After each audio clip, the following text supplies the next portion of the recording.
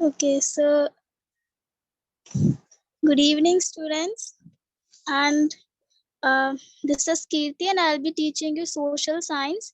And today the subject is civics. So, as you know, this is a part of social science as a whole. So, today we'll be starting with the first chapter, that is the diversity, understanding diversity.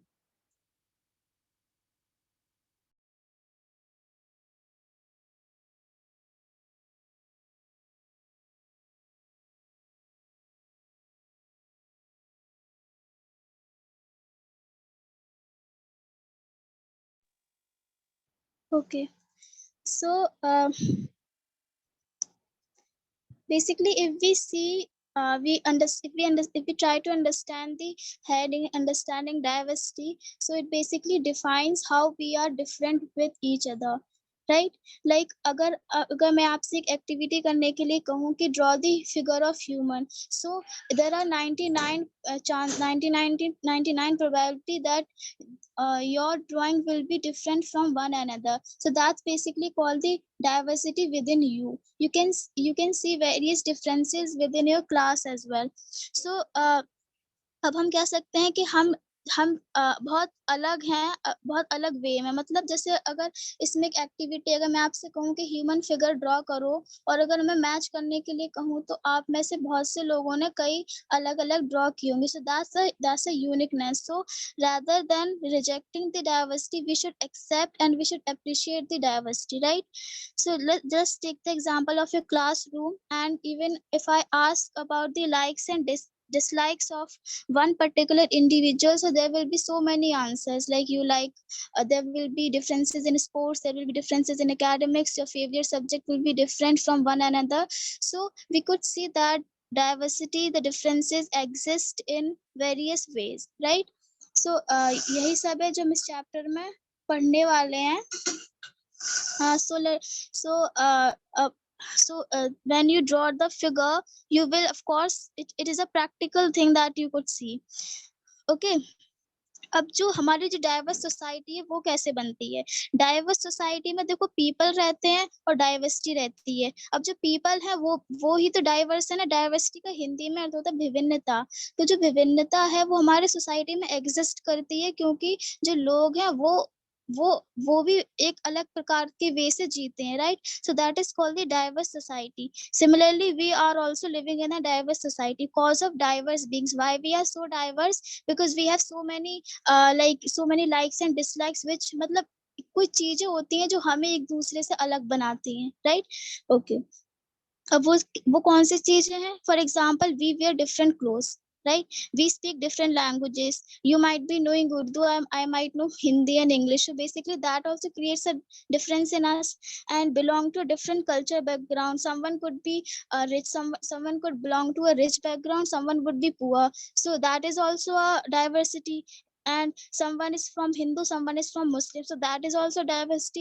तो basically अगर मैं आपको out of the concept बताऊं, तो ये जो diversity, ये जो विभिन्नता है, इसे हमें क्या करना चाहिए? इसे हमें एक्सेप्ट करनी चाहिए, इसे हमें अप्रिशिएट करना चाहिए, rather than rejecting them. आप खुद ही सोचो, अगर सोसाइटी में सारा कुछ सेम सिमिलर होगा, सारे कुछ चीजें सेम होंगी, everything will be like monotonous. आपको अगर आपको कहा जाए कि एक हफ्ता में आपको यही फूड खाना है, तो of course you will be like board enough, right?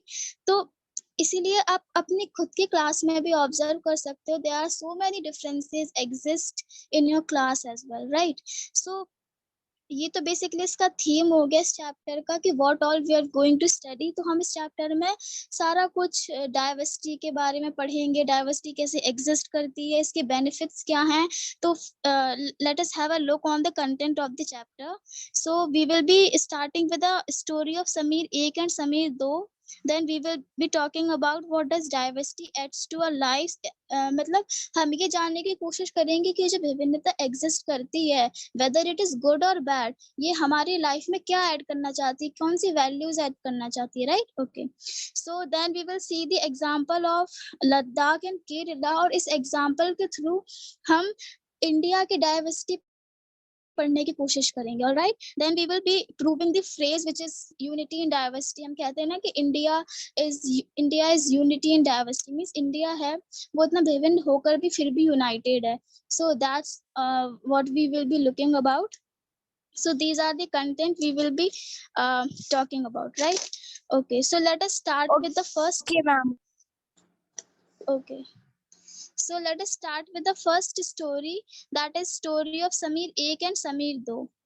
Now अगर आप गौरव, can you just scroll down? अगर हम उसमें स्टोरी के बारे में पढ़ें, so making friends, it is about making friends. So देखो, मैं आपको एक स्टोरी का क्रक्स समझा देती हूँ. जब आप खुद पढ़ोगे तो you will be able to understand it in a better way. Okay, आपके भी कई फ्रेंड्स होंगे, आपके भी क्लासेस में कई फ्रेंड्स होंगे. अब जो क्लासेस में आपके फ्रेंड्स होंगे तो वो डिफरेंट कल्चर से बिलोंग करते होंगे, वो डिफरेंट रिलीजन के होंगे, लेकिन फिर भी आप लोग एक दूसरे को आप लोग एक दूसरे के फ्रेंड हो ना. So basically this is all about in this story. ये भी आपकी तरह क्यूरियस स्टूडेंट्स हैं. तो Sameer 1 and Sameer 2 are the two characters in the story. And जो Sameer 1 है वो स्कूल जाता है, वेयर एज Sameer 1 वो स्कूल नहीं जाता. अब इन दोनों का मीटिंग ट्रांजेक्शन कब होता है? जब Sameer 1 स्कूल जाता है तो वो ट्रैफिक में, मतलब ट्रैफिक की वजह से कहीं रुक जाता है. अब जब वहां रुकता है तो एक Sameer 2 आता है, और वो मतलब वो न्यूज़पेपर बेच रहा होता है, वो स्कूल नहीं जाता. तो Sameer 1 से कहता है कि आप हिंदी भी बोल लेते हो, इंग्लिश भी बोल लेते हो, ऐसा कैसे? तो वो बोलता है कि मैं स्कूल जाता हूँ, Sameer 1 बोलता है. और Sameer 1 ये भी कहता है कि हमें हिंदी सब्जेक्ट पढ़ाया जाता है. अब सिंस Sameer 2 कभी स्कूल नहीं गया, उसे सब्जेक्ट का मतलब नहीं पता, तो थोड़ा Sameer 1 थोड़ा हेजिटेट हो जाता है कि मैं इसे सब्जेक्ट का मतलब कैसे बताऊं. तो वो बताता है कि सब्जेक्ट एक मतलब इट इज द फिर वो आगे कहता है कि Sameer 2 कहता है, Sameer 2 he is very poor and Sameer 1 he is very rich. तो ये कल्चर बैकग्राउंड हो गया कि Sameer 2 पुअर है, क्यों? इसीलिए वो न्यूज़पेपर बेचे, इसीलिए उसके पास उतनी अपॉर्चुनिटीज नहीं है, उतने रिसोर्सेज नहीं है कि वो क्लासेस में जाकर पढ़ सके, अपने आप को एजुकेट कर सके, राइट? ओके. एंड Sameer 1 वो हिंदू है, Sameer 2 मुस्लिम है. Sameer 1 बोथ द लैंग्वेजेस जानता है, इंग्लिश भी जानता है और हिंदी भी जानता है, whereas Sameer 2 केवल वो हिंदी जानता है. ओके, इसीलिए वो सब्जेक्ट के बारे में पूछता है कि सब्जेक्ट होता क्या है. ठीक है.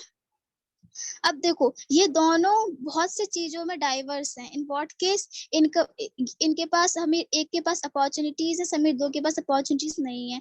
Sameer 1 डिफरेंट कल्चर बैकग्राउंड से बिलोंग करता है, Sameer 2 भी डिफरेंट कल्चर बैकग्राउंड से बिलोंग करता है.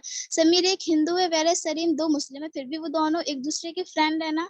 सो being too diverse, still they both of are friends, right? So this all differences are an aspect of diversity. अब ये जितने सारे डिफरेंसेस मैंने अभी बताए हैं, इससे ज्यादा भी बहुत डिफरेंसेस होते हैं, बट अभी जितने स्टोरी में बताए हैं, ये सारे डिफरेंसेस क्या है? विभिन्नता का एक भाग होते हैं. These are the part of the diversity. The story is clear ना? Yes, ma'am. ओके. अब ना Sameer 1 and 2 they have many differences. अभी स्टोरी में हमने पढ़ा कि Sameer 1 Sameer 2 के पास बहुत सारे डिफरेंसेस है, बहुत सारे डिफरेंस एग्जिस्ट करते हैं. अब कभी कभी यही डिफरेंसेस हमारी इनइक्वालिटी का कारण बन जाते हैं, राइट? इनइक्वालिटी का कारण कैसे, वो हम आगे अभी पढ़ेंगे. अब इनइक्वालिटी कैसे आती है? When inequality comes about when a person does not have the resources and opportunities that are available to other person. अब देखो, inequality एग्जिस्ट कब करती है? जब वो डिफरेंसेस ये जो डिफरेंसेस है ना, ये जो अभी मैंने स्टोरी में बताया था Sameer 1 और Sameer 2, तो यही डिफरेंसेस कभी कभी इनइक्वालिटी को जन्म दे देते हैं. अब Sameer 1 रिच है, Sameer 2 पुअर है. अब Sameer 2 गरीब है, इसीलिए वो अपॉर्चुनिटीज नहीं है उसके पास रिसोर्सेज नहीं है कि वो स्कूल जा सके. Sameer 1 रिच है, उसके पास अपॉर्चुनिटीज है, उसके पास रिसोर्सेज, इसीलिए वो स्कूल जा रहा है, इसीलिए वो अपने को एजुकेट कर पा रहा है. तो इन दोनों में एक टाइप का डिफरेंस क्रिएट हो गया. ठीक है. और यही जो डिफरेंस है, यही हमारे सोसाइटी में एक प्रॉब्लम क्रिएट कर देता है. ये से कहते हैं कि एक राई का पहाड़ बना देते हैं। ये डिफरेंसेस इतने वैसे नहीं है जिन्हें मैंने इनइक्वालिटी को जन्म दें, बल्कि ये केवल सोसाइटी की थिंकिंग होती है कि अगर वो रिच है, वो पुअर है, तो हम उनमें डिफरेंसेस करेंगे, but we should not do right that like okay. अब सोसाइटी का एक मतलब हम जो कारण देखते हैं जो सोसाइटी का, हम वो एक मतलब एप्रोप्रिएट एग्जांपल देखें अगर इनइक्वालिटी का, वो है कास्ट सिस्टम। कास्ट सिस्टम क्या होता है? This exist in the form of untouchability. छुआछूत तो सुना ही होगा ना आप लोगों ने, वही है ना, कि जो अपर कास्ट के Yes. लोग हैं वो, हाँ, जो अपर कास्ट के लोग हैं वो लोअर कास्ट के लोगों को टच नहीं कर सकते। अब ऐसा तो कुछ नहीं है ना कि भगवान ने उन्हें ऊपर से कहा है कि तुम अपर कास्ट के हो, तुम लोअर कास्ट के हो, तुम उसे टच नहीं करोगे। ये ये चीजें कहाँ से एग्जिस्ट की हैं? केवल इस सोसाइटी ने थिंकिंग बना ली है। अब ये तो कहीं लिखा नहीं है ना कि ये अपर कास्ट है, ये लोअर कास्ट है। तो बेसिकली यही जो चीजें हैं ना, ये जो डिफरेंसेस हैं, अब अपर कास्ट वो क्यों है? क्योंकि उनके पास रिसोर्सेज होंगे, उनके पास अच्छी अपॉर्चुनिटीज होंगी, उनके पास पैसा होगा, इसीलिए वो अपने आप को पढ़ा लिखा पा रहे होंगे। लेकिन अगर हम बात करें लोअर कास्ट की, उनके पास अपॉर्चुनिटीज नहीं है, उनके पास रिसोर्सेज नहीं है, तो वो अपने आप को पढ़ा लिखा नहीं पा रहे। लेकिन यही यही कि since they do not have opportunities and they are not able to educate themselves, this creates a difference and this difference exists। मतलब यही जो difference है, यही inequality को जन्म देता है। Got the point? समझ आया ना? Yes, ma'am. हाँ। अब यही जो डिफरेंसेस हैं और जो डिफरेंसेस आगे जाके इनइक्वालिटीज क्रिएट करते हैं, इसी वजह से हमारी सोसाइटी डिवाइड होती है। सोसाइटी कैसे डिवाइड होती है? कुछ सेक्शंस को हम अच्छा कंसीडर कर लेते हैं एज अ रिजल्ट, मतलब कि वो अच्छे हैं, वो वैसे उनके पास रिसोर्सेज है तो वो आर रिच, और उनके पास जिनके पास रिसोर्सेज नहीं है दे आर पुअर, तो दे आर, तो इस यही जो क्रक्स है, यही मेन जड़ है जो हमारी सोसाइटी को डिवाइड कर देती है, right? Okay, so now the second topic is what does diversity add to our lives, कि ये जो डाइवर्सिटी है वो हमारे लिए सही है, गलत है, हमें इसका पता चलेगा इस टॉपिक में। तो अब हाँ, मैंने पहले ही बताया था कि हमारे पास भी समीर 1 समीर 2 जैसे फ्रेंड्स तो हैं ही। हम अपनी फ्रेंडशिप में कभी ये नहीं देखते कि कौन बड़ा है कौन छोटा है। Friendship is all about loving each other with a pure heart, right? तो डिफरेंट पीपल की वजह से डाइवर्सिटी एग्जिस्ट करती है। हम अलग अलग हैं, आप भी अलग हो, मैं भी अलग हूँ, बहुत सारे वेज में अलग होंगे। आपको स्पोर्ट्स पसंद होगा, मुझे नहीं होगा। आपको लाइक आपको स्पोर्ट्स में कुछ और पसंद होगा, मुझे कुछ और पसंद होगा। तो ये सारे जो डिफरेंसेस हैं, यही डिफरेंसेस डाइवर्सिटी को जन्म देते हैं। और ये differences, let me tell you, differences बहुत मतलब दे एनरिच आवर कल्चर। अब वो हमारा कल्चर एनरिच कैसे करते हैं वो मैं भी आगे बताऊंगी। अभी जो डाइवर्सिटी है, ये डिफरेंसेस हैं, इनका हम एक एडवांटेज है कि हम एक दूसरे के लोगों से बहुत कुछ सीखते हैं। जैसे फॉर एग्जांपल आप मुस्लिम रिलीजन से बिलोंग करते हो, मैं हिंदू रिलीजन से बिलोंग करती हूँ, तो जब हम दोनों की फ्रेंडशिप होगी तो मैं आपसे बहुत कुछ सीख पाऊंगी ना, मुस्लिम का कल्चर जान पाऊंगी, मुस्लिम का how do they wear, what they do, so ये सब मैं उनकी डेली एक्टिविटीज जान पाऊंगी, राइट? और अगर फिर मैं आपके अपने आइडियाज शेयर करूंगी, तो इसी जब जब डिफरेंसेस हमें बहुत कुछ सिखाते हैं एंड दे मेक अस, मतलब हम एक दूसरे से बहुत कुछ सीखते हैं, ये तो हम सभी एग्री करेंगे, राइट? तो diversity in terms of food, festival, clothes and language. Diversity किस किस फॉर्म में एग्जिस्ट हो सकती है? फूड के फॉर्म में एग्जिस्ट हो सकती है, फेस्टिवल्स के फॉर्म में एग्जिस्ट हो सकती है, clothes and languages as well. अब आपको एक सिचुएशन इमेजिन करो जहाँ सब कुछ सेम हो, एवरीथिंग लुक्स सेम, राइट? हम सारे लोग हिंदू रिलीजन से बिलोंग करें तो क्या वो अच्छा होगा? नहीं ना, केवल हम एक ही बिलीफ को फॉलो करेंगे, हम उन्हीं गॉड को मानेंगे जिन्हें हिंदू मानते हैं, हम उन्हीं से फ्रेंडशिप करेंगे जो हिंदू रिलीजन से हैं, राइट? तो फ्रेंडशिप में भी मतलब हमें कुछ ज्यादा सीखने को नहीं मिलेगा अगर एवरीथिंग लुक्स सेम, ठीक है ना? अगर हम सारे लोग दीपावली और होली जैसे हिंदू जैसे फेस्टिवल्स को ही मनाएं, तो हम मुस्लिम्स के फेस्टिवल्स को नहीं पहचान पाएंगे, हम उनका भी एंजॉयमेंट नहीं ले पाएंगे, राइट? और वैसे भी ये तो है ही कि ये हिंदू मुस्लिम इन सबसे बढ़कर हम सभी लोग एक भारतीय हैं, right? We all are Hindustani, so that you should remember all day.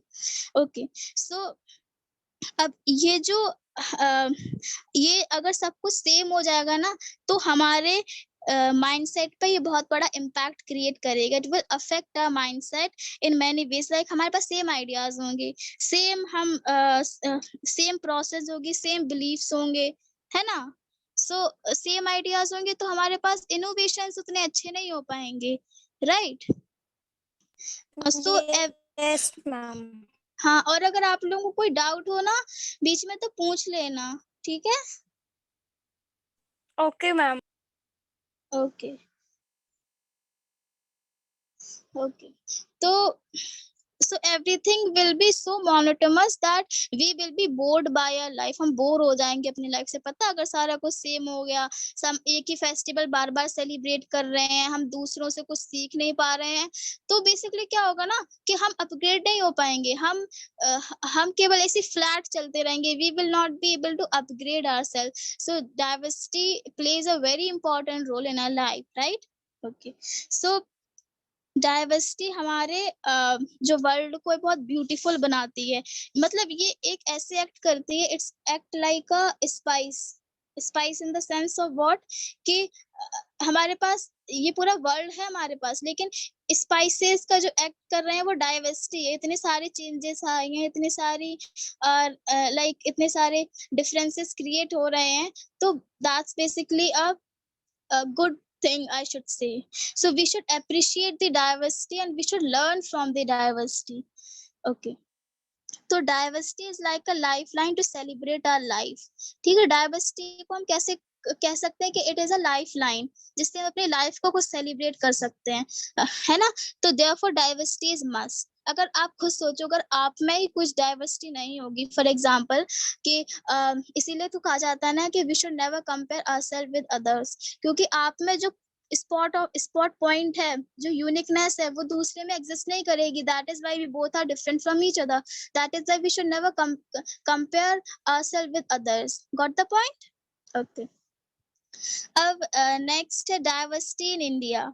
सो हम इंडिया को कहते हैं कि India is a land of diversity. कि जो इंडिया है वो हमारी विभिन्नता का मतलब एक धरती है. उस हमारा जो इंडिया है ना, उसमें इंडिया में विभिन्नता बहुत कूट कूट कर भरी हुई है, लेकिन फिर भी हम कितने यूनाइट रहते हैं, right. So India is a country Yes of ma'am. Diverse.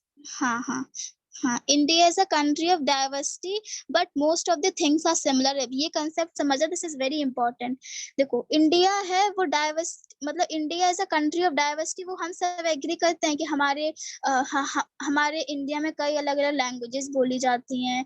हम लोग मतलब अलग अलग फेस्टिवल सेलिब्रेट करते हैं. मतलब हम अलग अलग फेस्टिवल सेलिब्रेट करते हैं, हम अलग अलग खाना खाते हैं. So that's basically what enrich our life, है ना. लेकिन हम ये जो सब करते हैं ना, उसके उसके बावजूद भी most of the things are similar. कई सारी थिंग्स सिमिलर हैं. In what case, for example हम सभी लोग प्रे करते हैं. अब जो हिंदू होंगे वो भी प्रे करते होंगे, क्रिश्चियन होंगे वो भी प्रे करते होंगे, मुस्लिम होंगे वो भी प्रे करते होंगे. तो ये तो सिमिलैरिटी है ना, दैट्स अ सिमिलैरिटी. लेकिन किस वे में प्रे कर रहे हैं वो डिफरेंट है, राइट. किस वे में वो किस गॉड को माने, दैट्स अ डिफरेंट, राइट. अब that's a basically different, but हम सभी लोग प्रे करते हैं. Just ways of praying is different, right. अब different ways in which people get married. अब जैसे अलग अलग वे होते हैं जहाँ मैरिजेस हेल्ड की जाती हैं. अब अपना ही एग्जांपल ले लो, अपनी क्लास में सारे लोग पढ़ते हैं ना, फिर भी डिफरेंट मार्क्स आते हैं. सो बेसिकली है क्या कि डाइवर्सिटी तो होती है but most of the things are similar. Similar कैसे, जो रूट कॉज होती है, जो जो मतलब डाउन लेवल होता है, दैट इज सिमिलर. हम सारे लोग पढ़ते हैं, फिर भी मार्क्स हमारे डिफरेंट आते हैं on the word basis. We are hard worker और मींस it depends on individual to individual, right? Okay. Yes ma'am. हाँ, और हमारे पास different ways means we have different ways to welcome others. हम अलग अलग वे से लोगों को वेलकम करते हैं. We treat them differently, right. So ये सब क्या है, ये सब हमें ये बताता है कि we have different ways of living. हम सारे लोग जी रहे हैं ना, बट ये है कि वो डिफरेंट वे में जी रहे हैं. The process they are following is different, okay तो सिमिलैरिटी प्लस डिफरेंट वेज, यही इंडिया, अगर मैथमेटिकल कॉन्सेप्ट में बात करूं तो सिमिलैरिटी भी है प्लस डिफरेंट वेज हैं, और इसी को इंडिया कहते हैं। ठीक है, okay. How do we explain diversity in such sense? अब diversity due to the move, अब डाइवर्सिटी बेसिकली इसका रूट कॉज क्या होता, हिस्टोरिकल भी होता, ज्योग्राफिकल भी होता, मतलब हिस्टोरिकल फैक्टर्स भी एक इम्पोर्टेंट रोल प्ले करते हैं, जोग्राफिकल फैक्टर्स भी। अब हिस्टोरिकल इन व्हाट सेंस कि diversity due to the movement of people from one place to other. अब फॉर एग्जांपल मैं अगर हिमाचल प्रदेश जाऊंगी तो मैं अब उत्तर प्रदेश से हिमाचल प्रदेश मूव कर रही हूँ ना, अब जब मैं वहां जाऊंगी तो मुझे वहां का कल्चर पता चलेगा, वहां का मुझे आइडियाज पता चलेंगे, we will be able to share our ideas with each other. Okay so and so that's a historical thing.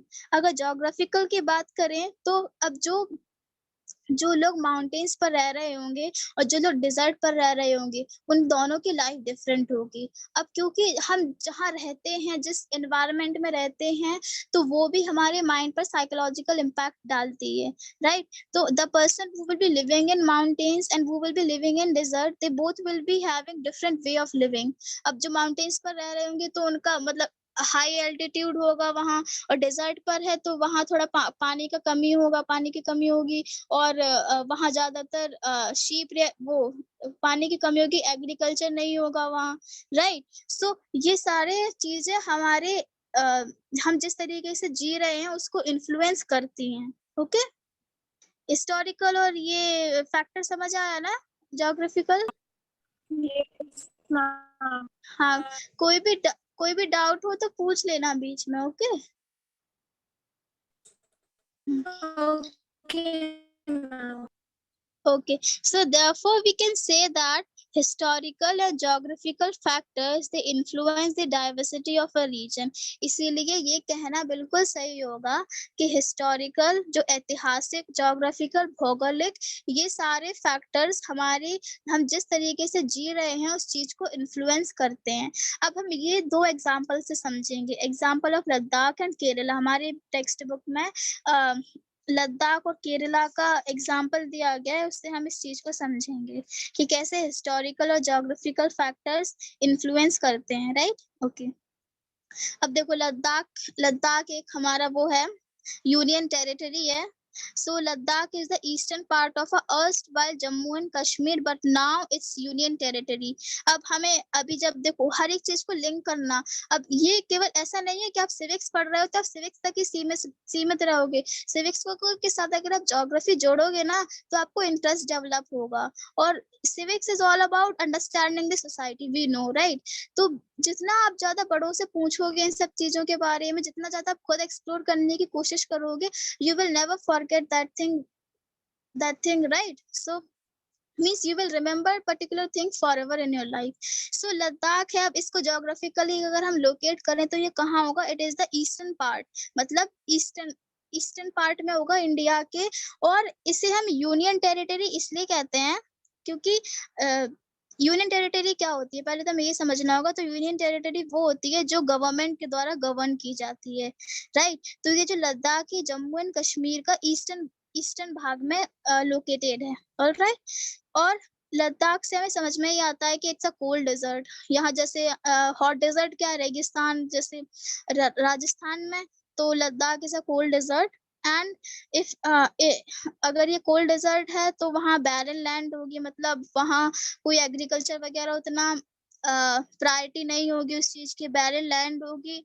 और ये कोल्ड इसीलिए क्योंकि हाई एल्टीट्यूड, जब जैसे जहाँ जहाँ आप हाई एल्टीट्यूड में चाहते जाओगे ना तो वहाँ कोल्ड होता जाएगा। जैसे जम्मू एंड कश्मीर एकदम ऊपर तरफ है ना इंडिया के, so that is why it is very cold and very little agriculture is possible here. अब एग्रीकल्चर पॉसिबल क्यों है? क्योंकि पहली बात तो बैरन लैंड है, दूसरी बात कोल्ड डेजर्ट है, तीसरी बात वहाँ कोई उतनी सॉइल नहीं होगी, फर्टाइल सॉइल नहीं होगी। और हमें पता है कि एग्रीकल्चर कहाँ ज्यादा प्रायोरिटी में होता है, जहाँ सॉइल वगैरह होती है, अच्छा वो होता है, एनवायरमेंट होता है, राइट? तो here agriculture is not much possible. अब आप सोच रहे होंगे एग्रीकल्चर नहीं तो खाना क्या खाते होंगे, तो I will discuss that, right?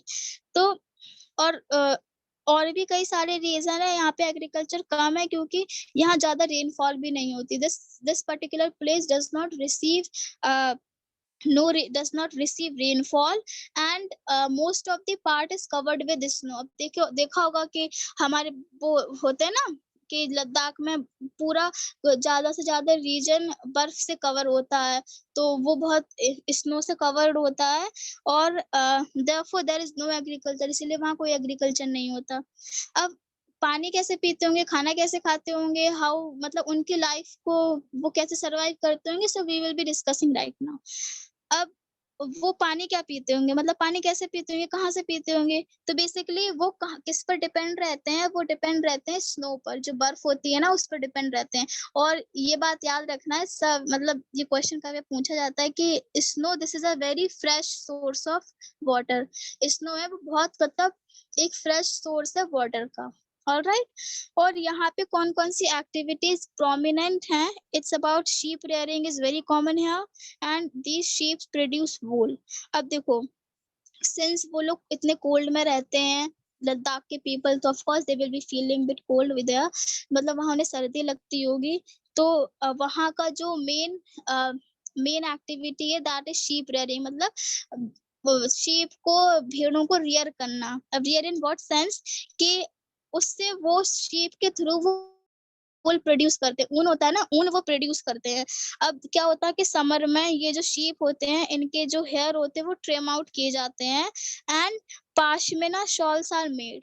तो बेसिकली वहाँ पाशमिना शॉल्स बनाए जाते हैं जिससे कि वो अपने आप को इतने हार्श क्लाइमेट से वो खुद को प्रोटेक्ट कर सकें. Right, okay. So of course ये पाशमिना शॉल्स है, ये इनकी कॉस्ट बहुत हाई होती है, they are priced very high. और वूल कहाँ से कलेक्ट होता है, जो ऊन होता है that is collected from Ladakh, and pashmina shawls are chiefly woven in Kashmir.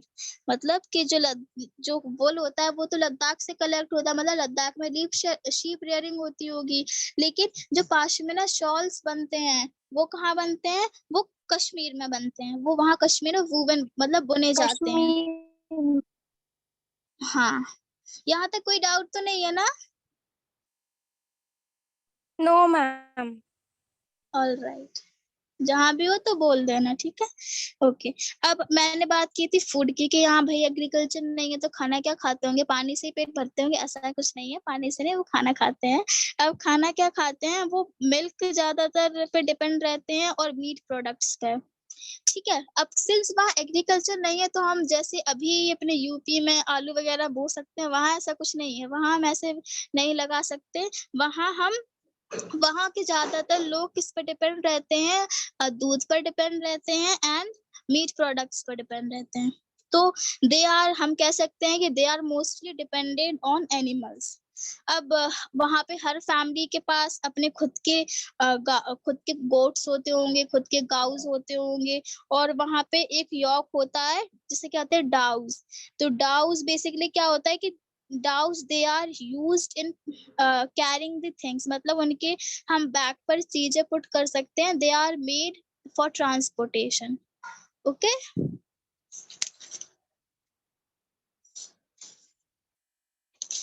So this was about the Ladakh. And अब देखो इसका हिस्टोरिकल क्या था, मतलब इसमें कि जो लद्दाख के थे ना, Ladakh they do attract a share of traders who travel from the Passage.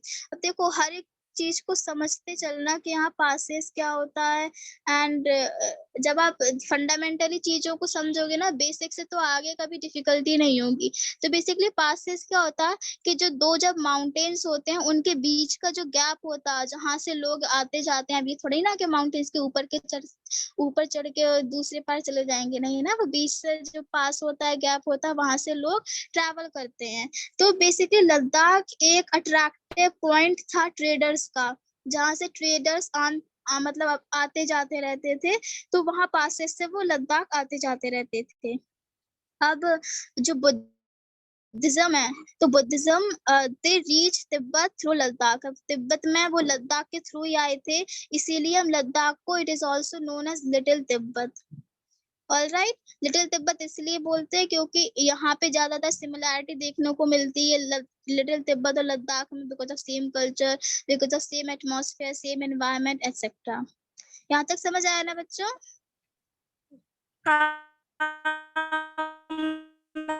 Ma'am. Okay okay okay. अब significant Muslim population also lives है, मतलब अगर हम देखेंगे लद्दाख में तो वहाँ बहुत पॉपुलेशन मुस्लिम की भी रहती है। तब ऐसा नहीं कि बुद्धिज्म भी रहते हैं मुस्लिम भी रहते हैं तो दोनों का झगड़ा होता होगा, ऐसा कुछ नहीं है, बहुत यूनिटी से रहते हैं। We know that our India is a land of diversity, but still it is unit, मतलब कि इतना डाइवर्स होके भी हम हमारी इतनी यूनिटी है, unity and diversity that we call, right? तो Ladakh, it has a very rich and oral tradition of songs and poems. Local version of the Tibetan national epic, the Kesar Saga, performed by both Muslims and Buddhism. अब देखो लद्दाख का जो culture है ना बहुत rich है, इसके मतलब ज्यादातर रिलेटेड है सॉन्ग से, ओरल ट्रेडिशन से, पोम से, राइट? तो यहाँ का जो नेशनल एपिक है दैट इज केसार सागा, जो बोथ मुस्लिम्स और बुद्धिस्ट के द्वारा परफॉर्म किया जाता है। अब केसार सागा बेसिकली क्या है, ये हमें लद्दाख के रिचुअल्स, उनके कस्टम्स के बारे में बताता है with oral tradition. Oral tradition मतलब कि जैसे आप पहले के जमाने में देखते होंगे कि जो सॉन्ग्स होते थे, पोम्स होती थी, वो ओरली ट्रांसफॉर्म की जाती थी, ओरली बताई जाती थी लोगों को, जिससे कि वो ओरली सुनकर कल्चर को लर्न कर सके या कल्चर को अंडरस्टैंड कर सके, आइडियाज को लर्न वो कर सके, समझ सके। ओके, ऑल राइट, ठीक है। अब इसके बाद बात करते हैं केरला की। सो केरला, हमें पता है कि Kerala this is a state in south west corner of India, मतलब हम देखेंगे इंडिया को तो इंडिया में एकदम साउथ पे नीचे कॉर्नर पे छोटा गांव, छोटा स्टेट होगा, that is called the Kerala. Kerala के बारे में तो बहुत कुछ सुना है ना, इसकी हेल्थ रेशियो इतना अच्छा है, एजुकेशन रेशियो इतना अच्छा है, right? So we must appreciate the these things about Kerala. तो it is a state in southwest corner of India, और ये किससे सराउंडेड है? सी से सराउंडेड है एक साइड से, और hills on the other side. कौन सी? जो वेस्टर्न घाट्स की हिल्स हैं वहां से सराउंडेड है, और इधर साइड से वो सी से सराउंडेड है केरला, ठीक है? और यहाँ पे spices such as pepper, cloves and cardamoms are grown on hills, मतलब यहाँ पे मसाले वगैरह हिल्स पे ग्रो किए जाते हैं, स्पाइसेस ग्रो किए जाते हैं, और यहाँ पे एग्रीकल्चर होता है क्योंकि यहाँ पे फर्टाइल सॉइल है। It has a fertile soil, that is why the agriculture is possible here. Okay, और दूसरा रीजन है ये है कि गुड रेनफॉल भी रिसीव करता है केरला। ओके, तो we will bind up here class, ठीक है? हम नेक्स्ट यहीं से केरला से हम नेक्स्ट क्लास स्टार्ट करेंगे, because you people will be having next class as well. Okay, so we will be winding the session here, and कोई भी doubts हो तो वो मुझे कल पूछ लेना, so that your doubts are also clear.